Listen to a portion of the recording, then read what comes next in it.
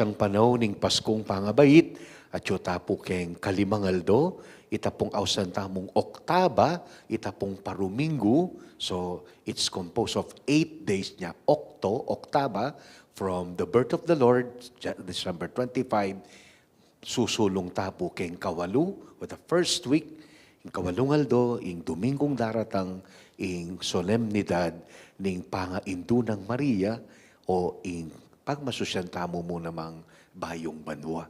Ya, Merry Christmas pa po, at Merry Christmas pa po. Uling metong yang panauning Pasko. Christmas is not just a day, it is a season. The way Advent, Lent are seasons. So Christmas is a season that extends up to the week of Epiphany. Nepo? So, magbayong banwa, solemnidad ding pangaindu ng Maria. At tatandaan ko po, anyang mag-aral kami po kayong seminaryo, na pong kanyaman ning Christmas vacation. Muli ka rin pamilya mo, makapag-apostolate kang bagya, kayong pisambanyo, king parokyayo, akit mong pasibayo rin kakaluguran mo, tumagon kang dakala party, manyiklod ka ring tegawan, at masayang masaya po. Pero itutunan yan, bayura kay po Paulian Seminaryo, din kaya kaming formators at teachers, na pong karakala assignment, hingibyera kaya kami.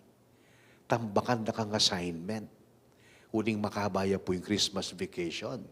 Uling ang katiting, ala pong mamuklat no, magpasko, magparty, maggawa kang assignment. Ne po. Pero, po takanitang datang na itang a day or 2 days, bayo kayo po magbalik seminaryo. Usually kanta, magbalik kami January 3, January 4. Kanita mo nangan panagalaning kaya kang dapat gawan. Ating masakit pa po at tatandaan ko, after the Christmas vacation na method na rin isip, big bakasyon na rin libro, I think it's our third periodical exam. As na po kasakit kanita, akit mo nga din grades na rin me, ne po. First grading, second, third grading po siguradong ita pong ausandang grades of the Christmas hangover. Akit mo po karetang resultada rin periodical exams. Kaya pong ebanghelyong dimdamtamo, bali po, this gospel is very close to us, especially the prayer of Simeon. Because Brother Romeo, even Charles, among Pep, we pray this prayer every night prayer. Ita pong nunc dimittis. Ita pong sasabihan ng Simeon, now, Master, dismiss your servant. Nga na pong may nga di, Ginoo nga na, tiparan mo rin kaya kang pangako, dismiss your servant. So, today is the last radio mass. Bala mo, it's a dismissal mass. Warin dyan naman yung misa, it always ends with a dismissal. Pero, tauli amang misa ini, at pasalamat taking nga pong Ginoo, together with Simeon, mo po dismissal nila makota na kabud ali. At intangang assignment. Na nula rin kakaulan mong assignment o mission king daratang abanwa. Nanuing kakaulan mong mission iba't king apong Ginoo.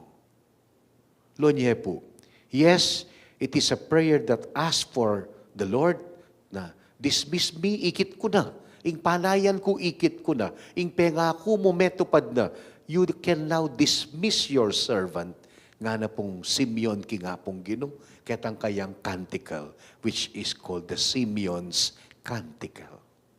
Pero kaya rin na po nita, kang Maria at kang Jose, na nung sinabi na, ing anak yu, dumalan niyang kasakitan, and he will be persecuted and rejected. At kang Mama Mary nga na, a sword will pierce your heart. Mission. This will be your mission. This will be your cross. Nga na pong Simeon, kang Jose, at kang Maria. if this is a year-end Mass, pasalamat ta kay nga pong Ginoo, pero tanggapan ta laki nga pong Ginoo, ding pagkatiwala ng misyon, akya katanggawan, nanong assignment, ing pagawa na kaya katamo, ding nga pong Ginoo, king arapan tamong bayong banwa. Ing tutuna po niyan, we are so blessed because we end the year and welcome the new year, Christmas season. Kaya katamo pong Katoliko, the year ends and the year begins in the Christmas season. Makalubla po detang pamamupos at pamagmula, kilub na ning panauning Pasko. Na nakatakasayang mamupos at sasagana, uling at syuta muking panahon ning Pasko. At ano yawaring Pasko? What is the essence of Christmas? The baby in the manger, He is our Emmanuel. Ilipuing pekamalalam ng katutuan ning Pasko. Ana po ning anghel kareng shepherds, He is born for you. He is born for all the people to be with us. So, po kompleto itang atintang assignment, atintang mission king daratang abanduo, eta migagana ka kabang mamarap tamo, ing kakatang Emmanuel. Yung Diyos akyakatang kayabe. Nya, agkatanda ko po at the strike of 12, warating countdown. Igami kanta, pakatodo-todo miya po yung TV kasi ating countdown kareng major channels at karing ketuki. Sana po, at the strike of 2023, we close our eyes and bow our heads and say, Jesus, be our Emmanuel.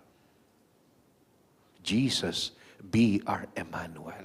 Abayan mo kami, Ginoo, kabang mamarap kami, king metong na namang bayong banwa.